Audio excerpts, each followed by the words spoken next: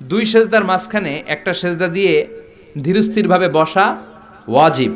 আল্লাহুম্মা গফিরলি ওয়ারহামনি ওয়াজবুরনি ওয়াআফিনি ওয়ারজুকনি, এই 7টা জিনিস আল্লাহর কাছে চাইবেন। সময়ই নাই আমাদের। সেজদা থেকে কোন রকম মাথা তুইলাই মুরগির মতো আরেক ঠোকর মারে, ডাকাত। এগুলো কি? বিষ্ণু বললেন এগুলো ডাকাত। এরা নামাজ নিয়ে চুরি করে, ডাকাতি করে। এজন্য নামাজের মধ্যে ধীরস্থিরভাবে সালাত আদায় করতে হবে, তাড়াহুড়ো করা চলবে না। বিশ্বনবী মেরাজে গেছে কয়বার? কথা কয় না। আর আমাদের প্রতিদিন 5 বার মেরাজে যাওয়ার সুযোগ আছে না নাই?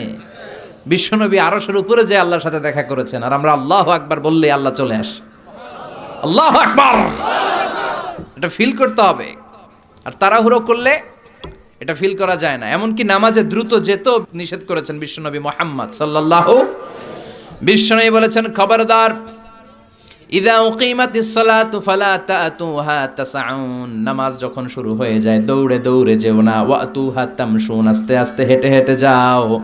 ফামা আদরাকতুম ফাসাল্লু ওয়া মা ফাতাকুম ফাআতিম্মু, আস্তে আস্তে যে যতটুকু ইমামের সাথে পাবা ততটুকু পড়ো, আর যতটুকু ছুটে যায় সালাম ফেরানোর পর নিজে দাঁড়িয়ে দাঁড়িয়ে পড়ো। কবুল করবে কে? আল্লাহ। কিন্তু তাড়াহুড়ো করা যাবে না। এরকম অনেক দেখেছি, ইমাম সাহেব নামাজ শুরু করছে ওয়াদ-দুহা ওয়াল-লাইলি ইযা সাজা, তো যারা ওযু করতেছে এরা তো সূরাটা জানে কখন শেষ হবে।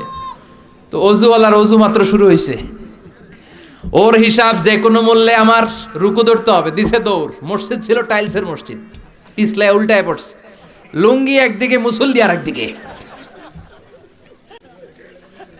আমার নিজের জানা ঘটনা, পা ভেঙে ফেলছে মুসল্লি। এরকম কত টাইলসের মসজিদে দ্রুত রুকু ধরার জন্য লোকজন যে পিছলা খেয়ে পড়ে, আছে না নাই? কারণ বিশ্বনবীর সুন্নাহকে ভায়োলেট করেছে। যখন ভায়োলেট করবা নবীর সুন্নাহ, কোন বারাকার রহমত তোমার মাঝে নাই। চিল্লায় বলো ঠিক কি না? বিশ্বনবীর সুন্নাহ যতটুকু বরকত ততটুকু। বিশ্বনবী যা দিয়েছেন, যা করতে বলেছেন, সেটাকে বরকত দিয়ে পরিপূর্ণ করেছে কে? আল্লাহ। এজন্য নামাজে তাড়াহুড়ো করা যাবে?